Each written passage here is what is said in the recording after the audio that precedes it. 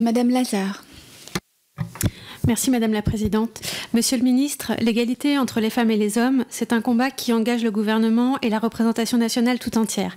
Et c'est un combat qui doit se mener dès l'école, car la mère des batailles, c'est celle des générations à venir. Cela passe, nous l'évoquons largement aujourd'hui, par la promotion d'une vraie culture de l'égalité. C'est-à-dire arrêter de penser que certains métiers, certaines formations ne seraient pas faites pour les femmes. C'est essentiel, en particulier dans les domaines et filières scientifiques, numériques, où les femmes subissent aujourd'hui une forme de double peine. Y accéder relève déjà du parcours du combattant. Briser le plafond de verre n'est pas toujours facile pour celles qui se rêvent ingénieures ou chercheuses. Mais de nombreux témoignages nous éclairent aussi sur les violences qu'elles peuvent subir au sein de ces filières. Sexisme, harcèlement peuvent être monnaie courante dans certains établissements, y compris des établissements de renommée.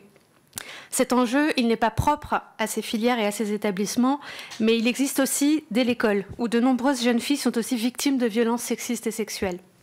Les intimidations, le harcèlement, en ligne ou pas, les stéréotypes de genre ou le sexisme sont autant de facettes de ce mal silencieux, mais réel, qui touche de nombreux établissements scolaires. Certaines voix ont commencé à s'élever, notamment dans mon département, le Val d'Oise, où à l'initiative de 2 lycéennes, près de 300 personnes ont crié leur indignation et dit stop aux injures, aux provocations, au dénigrement. Ces 2 jeunes femmes, elles font la une d'un grand hebdomadaire national cette semaine et je veux saluer leur courage et leur détermination.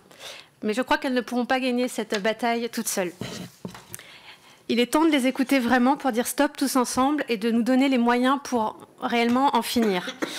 Plusieurs annonces me semblent encourageantes, comme la définition du cyberharcèlement en meute prévue dans le projet de loi de Mesdames les ministres Schiappa et Madame Belloubet. Le dialogue en cours avec des hébergeurs Internet pour limiter l'accès des enfants aux sites pornographiques. Ou encore la mise en place dans chaque établissement scolaire d'un référent égalité.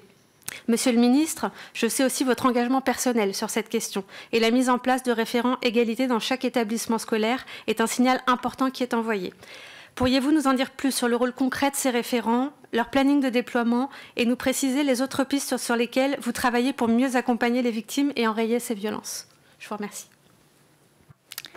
Merci, Monsieur Gouffier-Cha.